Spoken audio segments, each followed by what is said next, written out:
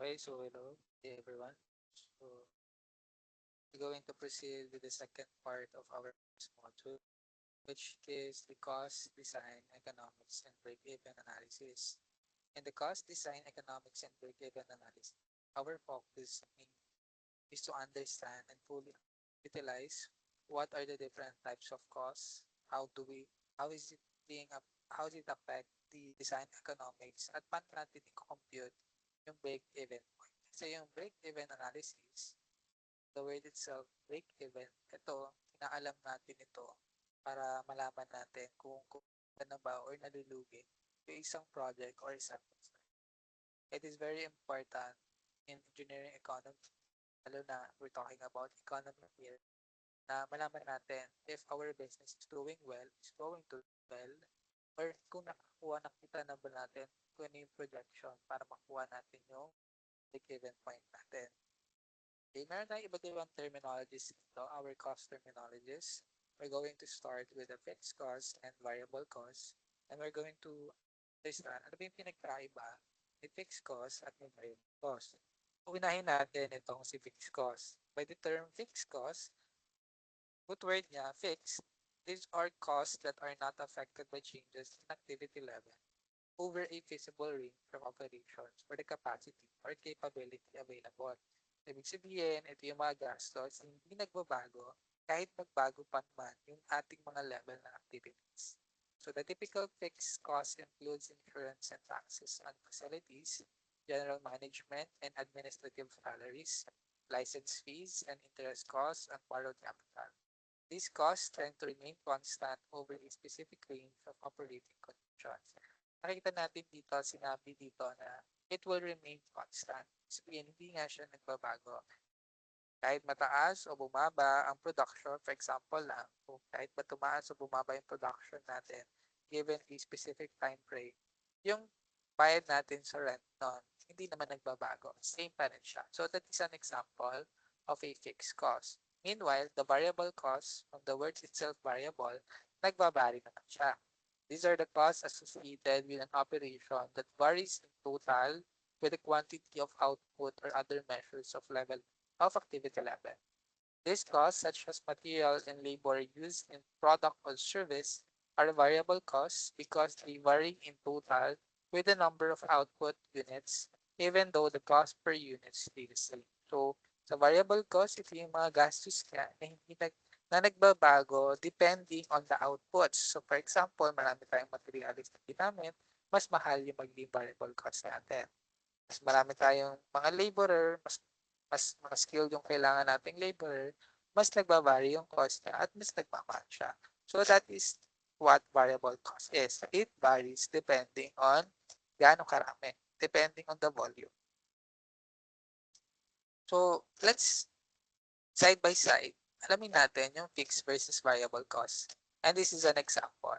In this example, a new highway is to be built and the contractor has a choice of two sites on which to set up the asphalt mixing plant equipment. The contractor estimates that it will cost $1.15 per cubic yard mile to haul the asphalt paving material from the mixing plant to the job location. So these are the factors relating to the two mixing sites are as follows. So sinabi dito sa scenario natin na si contractor daw ay magbibuild ng isang bagong highway. And sa pag-build nga ng bagong highway natin, meron tayong dalawang site na pinagpipilian. Para nang sa ganon, yung ating asphalt mixing plant, madala natin. Okay, meron tayong hauling o meron tayong pagbubuhat na gagawin. So ito yung site A, ito yung side-by-side comparison ni site A and site B. Ito yung mga cost factor natin. Mga cost factor natin is the average hauling distance. Ibig sabihin, yung average na layo ng pagdadalhan natin. So, yung ating site A, meron siyang 6 miles. In compared mo sa site B, mas maliit siya, 4.3 miles. Ating monthly rental of the site, sa site A, meron tayong $1,000 per month. Sa site B, meron naman tayong $5,000 per month. The cost to set up and remove the equipment, si site A, meron tayong $15,000 and si site B naman, meron tayong $25,000. So, kung makikita mo, So kung makikita mo dito, yung cost natin mas mahal si site. No? Pag nagsiset up tayo, $10,000 higher than site A. Site A. For the hauling expense, we have $1.15 per cubic yard per mile. And for site B, ganun din naman. $1.15 per cubic yard per mile. For our flag person, hindi kailangan si site A, pero si site B, meron siya $96 per day. So kung titingnan mo dito kay site A and site B, parang isipin mo agad, si site B yung mas mahal. Kasi mas mahal yung monthly rental niya, mas mahal yung cost niya, etc. Site A, mas mura ang renta pero mas malayo ang hauling distance. Si Site B, mas mahal ang renta pero mas malapit ang hauling distance. Again, our goal here is to compute the total cost, which is yung total cost natin, mako-compute natin by adding the fixed and variable cost. So para malaman natin alin ba dalawa ang mas magiging sulit yung ibabayad natin at magiging expense natin. Meron pa tayong continuation dito. Sabi dito, the job requires $50,000 cubic yard of mixed asphalt paving material. It is estimated that 4 months or 17 weeks of 5 working days per week will be required for the job. Compare the two sites in terms of their fixed, variable, and total costs, and assume that the cost of the return trip is negligible. Which is the better site? For the selected site, how many cubic yards of paving materials does the contractor have to deliver before starting to make a profit if paid $8.05 per cubic yard delivered to the job location? So, dito sa follow-up, nalaman natin na meron to tayong $8.05 per cubic yard ang bayad. Alamin din natin kung ano kinakailangan natin para kumita. Okay? So, wala.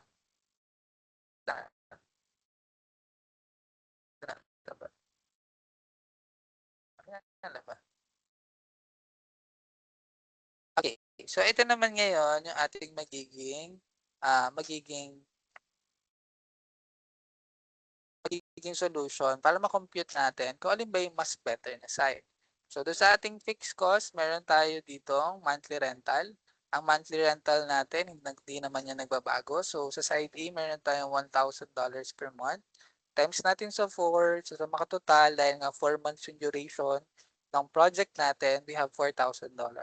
Site B, 5,000 times mo kay 4, multiply mo kay 4, ang magiging total expense natin for fixed cost is 20,000. Meron din tayong setup or removal. Meron tayong setup or removal to sa pag-setup ng equipments natin. Nabanggit yon si Site A may 15,000 pero wala din na kinakailangan ng flag person. So, 0. So, pagsamahin mo si 15 tsaka si 4,000, we have $19,000 for the total cost, fixed cost natin. For site B naman, you have 96, may flag person tayo, and may setup or removal tayo ng $25,000. So, meron tayo dito 96, multiply mo, sabi, meron tayong 5 working days in 4 months. So, 96 times 5 day per week times 17 weeks dahil nga. So, sabi, 4 months or 17 weeks yung ang magiging duration ng project natin. So, you'll have $8,160. So makatotal, meron tayong $20,000 for monthly rental and $8,160 for the setup and the flag person. So ang fixed cost natin for site is $53,160. Mas malaki no. Nakita natin sobrang laki ng difference niya. Ngayon, for the variable cost naman, sabi, si site A, meron tayong $1.15 per yard, per cubic yard, and mile. So, meron tayo dito from the site location to sa hauling distance natin. May 6 miles tayo. And i-multiply natin siya ngayon sa 50,000 yards, which is nabanggit naman doon sa ating problem. So, meron tayong sa makatotal na variable cost na $345,000 for site A. For site B, ganun lang naman din yung price niya for hauling, $1.15 per cubic meter per miles. And meron tayong 4.3 miles na distance lang multiplied by total na 50,000 yards, 50,000 cubic yards per mile, we have a 247,250 for variable cost. So kung kukunin natin yung variable cost ni site A and ni site B, nakita natin the difference between site A and site B is very large. No? Sobrang laki. No? Kung compare mo yung magiging gastos mo for your variable cost. Pero again, ang kailangan nating malaman dito is yung total cost para nang sa ganun, malaman natin alin ba yung mas ulit yung magiging at mas magiging economical between the two. So, kunin natin yung total cost, the fixed cost plus the variable cost. So, meron tayo ditong uh, sa total cost site A, 19,000 plus $345,000 yung ating total cost natin for fixed and variable cost. Meron tayong $364,000. For site B, you have 53,160 for fixed cost and 247,000 and 250 for variable cost, you'll have 300,410. So 364,000 is greater than 300,410. Therefore, site B is the best site. So hindi agad tayo nagdesisyon na depende lang na nakita natin na ay puro mahal yung binibigay presyo ni site B. Pero pag kinompare natin siya side by side, using the principles of cost design economics and break-even analysis, nakita natin doon na mas convenient at mas economical si site B in compared kay site A. Mas malapit na nga siya, mas makakamura pa tayo ng nagiging overall cost. Okay, next naman is find out natin yung ating, ano ba yung question sa pangalawa? Starting a main profit, delivered to the job, assume that the cost, which is the better side, yun nga. And how many cubic yards of paving materials does the contractor have to deliver? Okay, so meron pa tayong, meron pa tayong pinapakuha dun sa ating pangalawa. So, kunin natin yung key at break-even point or break-even analysis natin. So, meron tayong given na doon sa ating problem,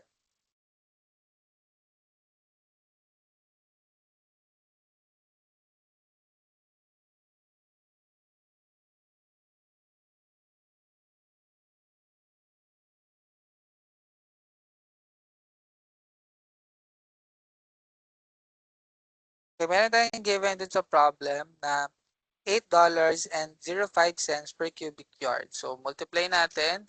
Ito, $8.05 per cubic yard for site B. Since si site B nga yung napili natin, si site B na yung kukuhanan natin ng break-even point. Okay? So, ito na yung kukuhanan natin ng problem. Pero kasi itong mga susunod na anong to, part na ito ay may mga formula tayo dito. Pero hindi ko muna ito i-discuss. Balikan na lang natin ito once I discuss na uh, yung mga formula natin para dito kasi uh, hindi pa siya hindi ko pa siya nababanggit. No? Balikan natin to si part 2. So unahin muna natin is yung mga cost terminologies natin. For the incremental cost, it is also termed as incremental revenue. It is the additional cost or revenue that results from increasing the output of a system by one or more units. It is often associated with go no go decisions that involve a limited change in output or activity level. So dun sa ating incremental cost sa into summary, ito yung dagdag na gastos kapag nagdadagdag tayo ng outputs. Kapag nagdadagdag tayo ng activity, nagdadagdag tayo ng outputs, mas tumataas yung cost natin. Next naman is the recurring and non-recurring costs. For the recurring costs, these are the repetitive and occur when an organization produces similar goods or services on a continuing basis. For example, the monthly rent. So ito namang recurring at yung non-recurring naman are those that are non-repetitive. Typically, non-recurring costs involve developing or establishing capability or capacity to operate. For example, acquiring a land or property. So, ang difference nitong dalawa, si recurring is regular yung gastos natin because of the renting. And yung atin namang non-recurring, ito naman yung one time. Kunyari, bumili ka nga ng lupa. Pag na-acquire mo na yung lupa, one time, big time lang naman yung payment mo to. One time yung payment mo. And then the rest, wala ka nang babayarang rent. So again, recurring, nagre-recur kasi siya, repetitive siya. Like for example, yung renting natin, Non-recurring naman kapag nasa iyo na, nabili mo na siya, isang beses mo lang siyang binayaran. For the direct costs, these are the costs that can be reasonably measured and allocated to a specific output or work activity.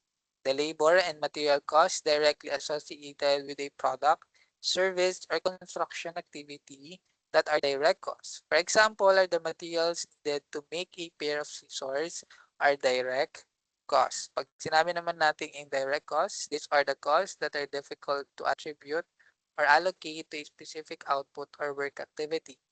Normally, they are they are costs allocated through a selected formula to the outputs or work activities. For example, the cost of the common tools, general supplies, and equipment maintenance. Overhead consists of a plant's operating costs that are not direct labor or direct material costs. Overhead and indirect costs can be used interchangeably. So, yung atin namang indirect cost, sinabi natin indirect and direct costs, sa direct, madaling i-assign sa product yung mga materials natin. Indirect naman, ito naman yung mga utilities na ginagamit nga natin. So, operating cost siya na hindi direkta sa mga labor natin. So, yun yung mga ginagamit natin. For example, yung mga water utilities natin, electricity natin, etc. Yung mga direct cost, yun yung direktang material na binili natin. For the standard cost naman, standard cost, these are planned costs per unit of output that are established in advance of actual production or service delivery. They are developed from unanticipated direct labor hours, materials, and overhead categories. The standard costs play an important role in cost control and other management functions. Some typical uses are the following: estimating future manufacturing costs, measuring operating performance by comparing actual cost per unit with the standard cost unit cost.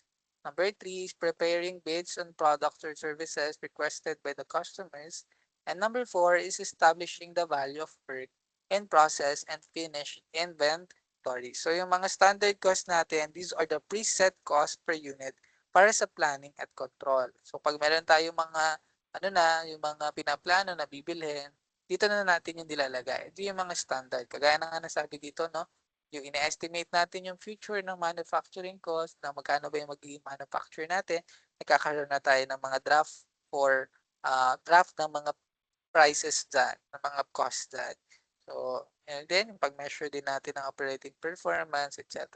So, mahalaga itong standard cost kasi nga ito na yung mga pinalaan mo. So, hindi na magiging mabibigla ka kung ano yung mga magagastos mo kasi nga you have already set a value for your standard cost. For the cash cost naman, a cost that involves payment of cash and results in a cash flow. These costs are estimated from the perspective established for the analysis and the future expenses incurred for the alternatives being analyzed. So, pag sinabi natin cash, actual na bayad siya. No? Ito na mismo, ito yung pinakabinayan mo sa kanya. A cost that involves payment of cash. Next is book cost, a cost that does not involve a cash transaction, and it is reflected in the accounting system. Also, it referred to as a non-cash cost. These are the costs that do not involve cash payments, but rather represent the recovery of past expenditures over a fixed period of time. The most common example of a book cost is the depreciation charge for the use of assets such as plant equipment. So, yung book cost naman, indirectly, hindi natin ginagamitan to ng cash transaction. So, yung book cost nga natin is accounting entry siya. So, for example, na nagkakaroon nga tayo ng depreciation, di ba? Yung book value, yung value ng binili natin. For example, you bought an iPhone today for a 75,000 pesos. Sa accounting part niya, magkano na magiging, for a period of time? Magkano na yun na magiging presyo niya na lang? A year from now, 6 months from now. Okay? Next is sunk cost, a cost that has occurred in the past and has no relevance to estimate of future costs and revenues related to an alternative course of action. Thus, it is common to all alternatives and it is not part of the future cash flows, and it can be disregarded in an engineering economic analysis. These are irretrievable consequences of past decisions and therefore are irrelevant in the analysis and comparisons of alternatives that affect in the future. So yung sunk cost naman na tinatawag natin, these are yung mga past cost na hindi na siya parang wala na siyang kwenta sa mga magiging future natin. Parang ano na siya, irrelevant na siya sa magiging future decisions natin. Nag-sunk na yung cost na. Okay? And for the opportunity cost, it is cost incurred because of the use of limited resources, such that the opportunity to use those resources to monetary advantage in an alternative use is forgone. Value ng nawalang alternative. Kumbaga, yung alternative na hindi mo napili, yun na, nawala na yung value na. It is a cost incurred because of the use of limited resources. So, yung opportunity na hindi mo nabili, na napaggastusan, nawala na. Naging irrelevant siya kasi nga hindi mo siya pinili. Life cycle cost, this term refers to a summation of all the costs, both recurring and non-recurring. It is related to a product structure system or service during its lifespan. The life cycle begins with identification of the economic need or want and ends with the retirement and disposal of activities. It is divided into two general time periods, the acquisition phase and the operation phase. So yung life cycle cost naman natin, total cost mula dun sa naging acquisition mo or pagbili mo hanggang doon sa naging disposal or naging wala na siyang wala nang tapos na yung gamit niya, tinapon mo na. So, divided nga siya into periods, acquisition phase and operation phase. For the investment cost, it is the capital required for the most of the activities in the acquisition phase. This is also known as the capital investment. So, yung ating investment cost, ito yung isa to sa isang mahalagang bahagi ng ating acquisition phase. Kasi dito tayo kumukuha ng pera para makapag-acquire tayo. So, parang lang yan parang nag invest ka lang into something like uh, you invested on a sari-sari store. So, yung pagbili mo ng mga gagamitin or mga materials, ng mga products para dun sa sari-sari store na yun, yung kinakailangan mo ng investment. At yung investment na yun, pwede manggaling sa'yo, pwede kang mangutang sa bangko, etc. Basta mahalaga siya. It is the capital required for most of the activities in the acquisition phase. For the working capital naman, this refers to the funds required for the current assets that are needed for the startup and support of the operational activities. So, ito, pag sinabi nating working capital, ito na yung kinakailangan nating funds para do sa mga mga current assets natin. Operation and maintenance costs or the O&M. This cost includes many of the recurring annual expense items associated with the operation phase of the life cycle. So ito naman, may kinalaman naman ito sa magiging gastos natin when it comes to the operation and maintaining yung mismong production or services natin. For the disposal cost, this includes non-recurring costs of shutting down the operation and the retirement and disposal of assets at the end of the life cycle. So ito naman ngayon, non-recurring cost siya kasi isang naman siya wala ka namang babayaran dito. I-dispose mo na lang siya. Okay? Ito ay bahagi din ng life cycle natin. So from acquisition, pagdating mo sa disposal, ayan, natapos na yung buhay. Yun. Next, now let's proceed with the break-even point basics or the break-even point. Sinabi natin na break-even point, it is the point which is the total revenue equals to the total cost or expenses. Or in other words, when you're spending the same amount on your business as what you're getting in return. It is knowing this point will ensure you know if your business is profitable or not. So kapag nalalaman daw natin, pag kinuha natin yung break-even point, na nagkikumikita ba or you're getting profit or not. So, para makuha natin yung total revenue is TR is equals to raw multiplied by D. Okay? So, yung P natin or yung P natin dyan is our selling price. Our D is the demand. Para daw makuha natin yung total revenue natin, the total selling price or P or raw, kung anong basa nyo dyan, multiplied by the D or the demand. Para makuha naman natin yung profit natin is given in the symbol of pi. So, pag sinabi natin pi, that's your profit. So, pi is equal to TR minus T. Wherein yung TR mo is the total revenue and yung C sub T mo or CT mo is yung total cost mo. Para makuha natin yung total cost, that is just the fixed price or fixed cost, CF, plus yung ating variable cost multiplied by the demand, CV times T.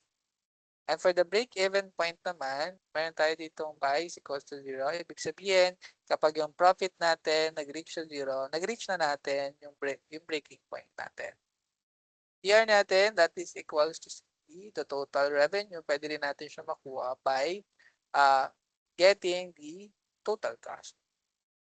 Okay? So, yun lang naman yung mga variables and formulas na gagamitin natin for break-even point. So, meron tayong mga case-to-case basis dito. Our first case is the price is independent of demand. Sabihin, yung price daw natin directly independent sa demand. So, wala siyang kinalaman doon sa nagiging demand ng mga products and services natin. So, P is not equal to the demand, F of T.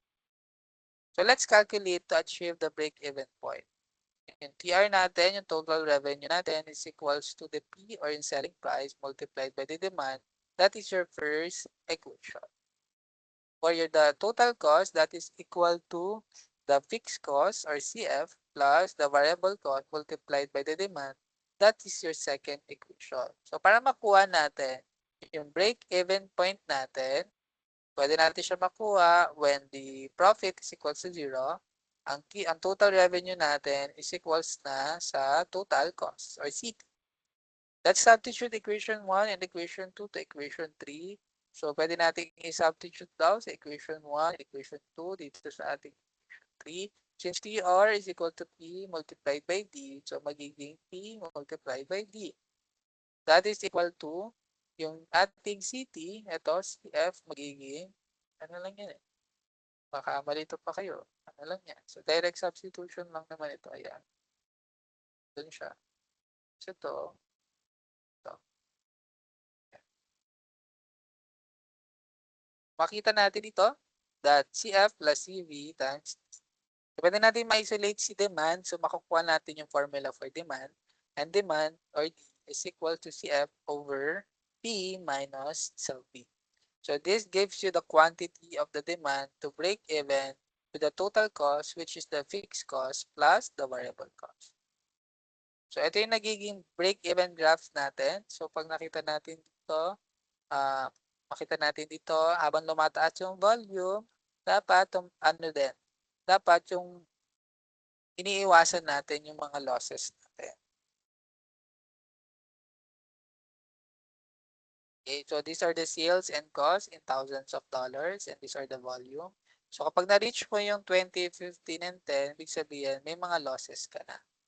So, yung magiging break-even natin is kung saan nagmatugma lahat. Nag-meet silang lahat. Nag-meet yung trend mo pataas for profits, nag-meet yung sa variable cost mo, and nag-meet yung sa fixed cost mo. Doon natin makukuha, pati yung sa volume, yun yung magiging break-even sales mo. Mamaya na itong example number 1. Let's balikan muna natin yung naging example natin ganyan. Okay, so pwede na natin ito ngayong ma-solve. Solve natin ngayon ito. So, hanapin daw natin yung demand at the break-even point. So, given, meron tayong price na $8 per 0.5 cents per cubic yard for site B. Kunin natin when the profit is equal to 0, the TR is equal to CT. So, kunin natin yung total revenue. Total revenue mo, ang formula natin dyan is P multiplied by the demand equals to CF plus CVD or yung ating formula for the total cost. So, meron tayo ditong price na $8.05 per cubic yard multiplied dun sa demand equals dun sa ating total fixed cost natin na 53,160 plus yung variable cost natin na $1.15 per cubic yard per mile. Multiply natin dun sa 4.3 miles nga natin multiplied by the demand. So makukuha natin yung demand. The demand is 17,120.77 cubic yard, or that is also equal to 17,121 per cubic yard. So meaning the contractor have to deliver greater than 17,121 cubic yard to make a profit. So kailangan yun yung demand na kinakailangan niya. Mas mataas doon para magkaroon ng at nagkaroon ng kita si contractor.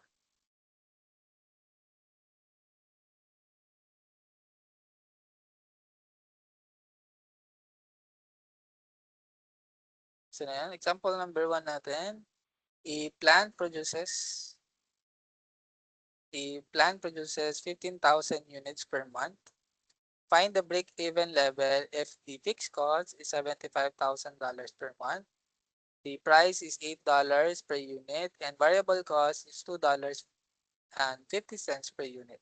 Determine the expected monthly profit or loss at maximum capacity. So, isa-isahin natin yung given. Meron tayong mga given na demand at the maximum, which is 15,000 units per month. Meron tayong fixed cost na $75,000 per month. Meron tayong selling price na $8 per unit. And meron tayong variable cost na $2.50 units. Hanapin natin yung demand at the break-even point. So kapag kinuha natin yung demand at the break-even point, your profit must be equal to 0. So pi is equal to 0. Your total revenue is equal to the total cost. So substitute po lang ulit yung value for the total revenue, that is E times T is equal to CF plus CVD. Let's substitute the given values. So meron tayong dito $8 per unit. Yun yung ating selling price multiplied sa demand na D is equal to $75,000 per month. That is your fixed cost plus $2.50 for the variable cost multiplied by D. Where D is equal to 13,636.36 units per month, or that is also equal to 13,637 units per month. So, kung ilalagay nyo siya sa calculus, madali lang naman siya kahit na ano na